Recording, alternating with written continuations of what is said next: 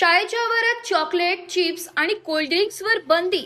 तुकाराम मुंडे यांचा मोठा आदेश. IAS तुकाराम मुंडे यांनी विद्यार्थ्यांसाठी सर्वात मोठा निर्णय घेतलाय. विद्यार्थ्यांच्या आरोग्यासाठी आता शाळेतील कॅन्टीन बाबत तुकाराम मुंडे यांनी महत्त्वाचे आदेश जारी केले. शाळेच्या आवारात जास्त मीठ, साखर, संतृप्त चरबी आणि ट्रान्स फॅट असलेल्या अन्नपदार्थांना बंदी घालण्यात आली आहे. त्याऐवजी फळे, भाज्या, कडधान्य, संपूर्ण धान्य, दूध आणि स्थानिक पौष्टिक पदार्थ उपलब्ध करून देण्याचा आदेश देण्यात आलाय. Bureau report, Titwala news, Titwala.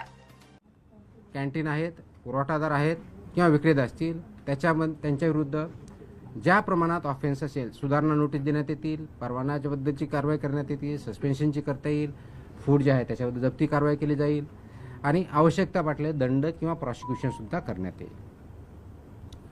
यामध्ये इम्प्लिमेंटेशनमध्ये सर्वात महत्त्वाचा रोल जो आहे तो शालेय शिक्षण विभागाचा, स्कूल एज्युकेशन डिपार्टमेंटचा आहे. शिक्षण मंडळ जे आहेत आपले जे बोर्ड असतात त्यांचा आहे. लोकल बॉडीज म्हणजे जिल्हा परिषदेच्या शाळा असेल तर लोकल बॉडी किंवा कॉर्पोरेशनची असेल तर म्युनिसिपल कॉर्पोरेशन किंवा काउन्सिल असेल तर काउन्सिल यांचा पण महत्त्वाचा रोल आहे.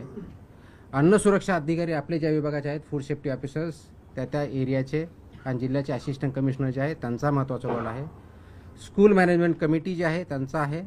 पालक आणि विद्यार्थी हे सगळे याच्यामध्ये स्टेक होल्डर्स आहे. या सर्वांचा सक्रिय सहभाग आणि पालन करणं बंधनकारक आहे. प्रत्येक शाळेला ईट राईट स्कूल हे कॅम्पेन बंधनकारक आहे. हे ईट राईट स्कूल कॅम्पेन गेल्या अनेक वर्षापासून आपण राबवतो, पण ते इफेक्टिव्ह राबवणं गरजेचं आहे. त्याच्यामुळे ईट राईट स्कूल आपण जर करू शकलो तर ईट राईट जे आहे घरीसुद्धा जाईल आणि ते कल्चर बनेल हे त्याच्यातून अपेक्षित आहे. म्हणून त्यामध्ये शालेय कॅन्टीनला आरोग्यवाच्या आहाराचे आदर्श केंद्र कसं तयार करता येईल या दृष्टीचा आमचा प्रयत्न असणार आहे.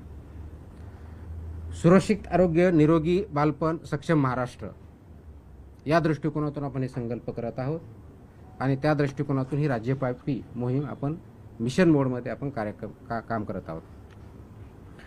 हे करण्यासाठी आवश्यक त्या मग ते PM पोषण असेल, त्याचबरोबर तुमच्या मिड डे मील स्कूल असेल, पूर्ण फीड बिझनेस ऑपरेटर्स असतील, यामध्ये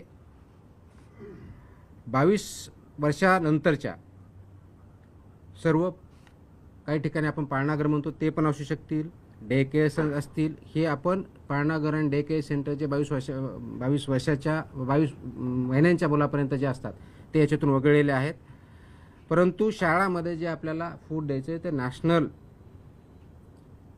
NIN ज्याला म्हणतात राष्ट्रीय पोषण संस्था, इन्स्टिट्यूशन ऑफ न्यूट्रिशन NIN यांनी काही त्याचे मार्गदर्शक तत्व दिले ते त्यांनी पालन करायचे आहेत.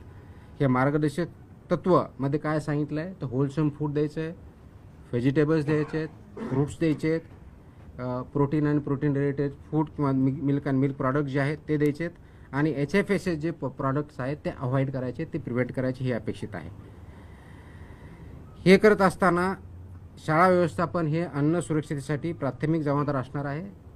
त्याच्यामधलं प्रिन्सिपल आणि स्कूल मॅनेजमेंट याची प्रायमरी रिस्पॉन्सिबिलिटी ही असणार आहे.